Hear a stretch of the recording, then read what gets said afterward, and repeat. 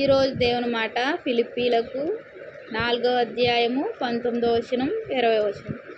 కాగా దేవుడు తన ఐశ్వర్యం చొప్పున క్రీస్తు యేసునందు మహిమలో మీ ప్రతి అవసరమును తీర్చును. మన తండ్రి అయిన దేవునికి యుగ యుగములకు మహిమ కలుగునుగాక. ఆమేన్. దేవుడు మనతో 3 రోజుల నుంచి ఆయన ఎంతో స్పష్టంగా మాట్లాడుతున్నాడు. ఏమని మాట్లాడుతున్నాడు? నిర్ణయకాలం వచ్చింది అన్నాడు. మీ ప్రార్థన సఫలమవుతుంది అన్నాడు. మీ ప్రార్థన వింటున్నాను అన్నాడు. ఈరోజు ఏమంటున్నాడు? తన ఐశ్వర్యం చొప్పున ప్రతి అవసరత క్రీస్తు యేసునందు మహిమలో ప్రతి అవసరత తీర్చే దేవుడుగా ఉన్నాడు. నీ అవసరత ఏదైనా అవ్వచ్చు, నీ కష్టం ఏదైనా అవ్వచ్చు, నీ అనారోగ్యం ఏదైనా అవ్వచ్చు, నీ అప్పుల రుణాలు ఎంతైనా అవ్వచ్చు. 1000 రూపాయల, 500, 1,00,000, 10 లక్షల, 20 లక్షల, ఎంతైనా అవ్వచ్చు. నువ్వు జడవచ్చు, కానీ దేవుడి చేతిలో అసాధ్యం అంటూ ఏదీ లేదు. మనం జడుస్తాం మానవులం కాబట్టి. నువ్వు జడుస్తావు, నేను జడుస్తాం, మనం అందరం జడుస్తాం. అమ్మో ఇన్నప్పులా అని. మన యొక్క డబ్బు కొరతను బట్టి మనం జడిసే వారంగా ఉంటాం. దేవునికైతే అది చాలా చిన్నది. అది ఎన్ని లక్షలైనా ఆయనకు మనకున్న అప్పు చాలా చిన్నగా ఉంది.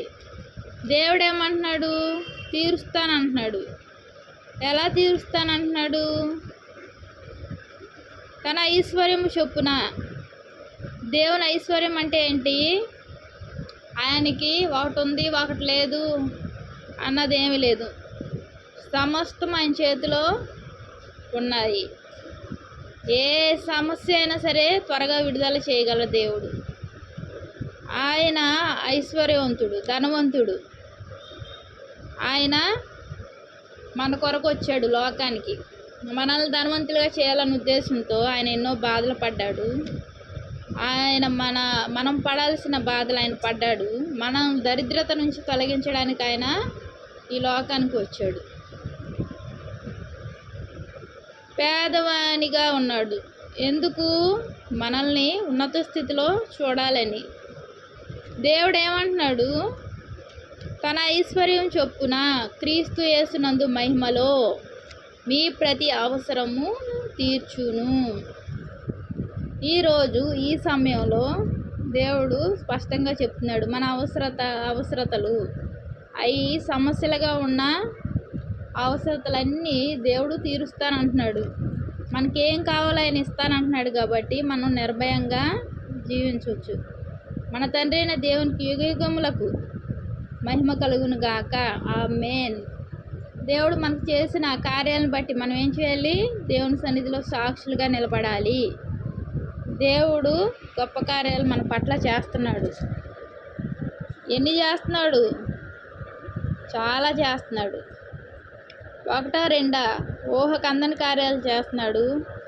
మనం కోరిన కోరికలు తీరుస్తున్నాడు.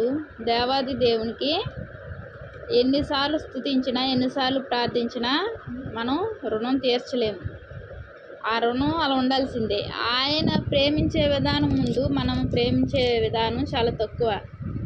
అయినప్పటికీ మనం మట్టివారమని, మానవులమని ఆయన తన బిడ్డలుగా స్వీకరించిన ప్రేమను బట్టి ఆయన కేవలం దయను మాత్రమే చూపుతున్నాడు. ఆయన యొక్క కోపము చూపితే ఆయన కోపానికి ఎవరము నిలవలేము. ఆ యొక్క కోపాన్ని ఆయన ఏమాత్రం చూపించట్ల. వాత్సల్యతను మాత్రమే కురిపిస్తున్నాడు మనపై. ఎందుకు? ఆయన ఎంతగానో మనం ప్రేమిస్తున్నాడు కాబట్టి. దేవునికి వందనాలు తెలియజేద్దాం. ప్రార్థన చేసుకుందాం. మహాప్రేమ గల తండ్రి, కృపగల నాయన, నీకు ఎన్నో వందనాలు, స్తోత్రాలు చెల్లించుకుంటున్నానయ్యా. నీ వాక్యం వింటున్న ప్రతి ఒక్కరి అవసరాలు తీర్చే దేవుడుగా ఉన్నావయ్యా తండ్రి నాయన. మాకు నీకు అడ్డుగా ఉన్నవి తొలగించండి ప్రభువా. నీ బలమైన రక్తం మాలో ప్రోక్షించి మా పాపాలని కడిగి శుభ్రపరచండి ప్రభువా. తండ్రి నాయన, నీకు ప్రీతికరంగా తండ్రి యథార్థంగా ప్రభా జీవించడానికి మాకు ప్రభు శక్తిని ప్రసాదించండి ప్రభువా. ఒక అబద్ధం ఆడినా పాపమే తండ్రి యేసయ్య. రోజు మొత్తంలో అటువంటి ఏమీ రాకుండా చూసుకునే విధంగా ప్రభా నాయన మా ప్రవర్తన ఉండలాగిన నీ యొక్క సహాయాన్ని మాకు అందించండి ప్రభా. తండ్రి నాయన నీ వాక్యం వింటున్న ప్రతి ఒక్కరిపై ప్రభ నీ దీవులు కుమ్మరించండి అయ్యా. తండ్రి నాయన వారి ప్రార్థన వింటున్నావయ్యా, వారి అవసరతలు తీరుస్తున్నందుకు వందనాలు చెల్లించుకుంటున్నాను ప్రభా నాయన. తండ్రి మా బిడ్డలు రాకపోకల్లో తోడుగుండండి, చదువుల్లో తోడుగుండండి ప్రభా నాయన. ఆశీర్వదించండి, దీవించండి ప్రభా నాయన. మాకు పనుల నిమిత్తం బయటికి వెళ్ళేటప్పుడు వచ్చేటప్పుడు ప్రభా నాయన నీ కాపుదల్లో మమ్మల్ని ఉంచండి. కృపగల దేవాని కృపను కోరుకుంటూ నా ప్రభుని ప్రియరక్షకుడు అనే క్రీస్తు వారి నామంలో అతి వినయంగా బ్రతిమలాడి వేడుకుంటున్నాను తండ్రి. ఆమేన్ ఆమేన్. అందరికీ ప్రైజ్ లార్డ్.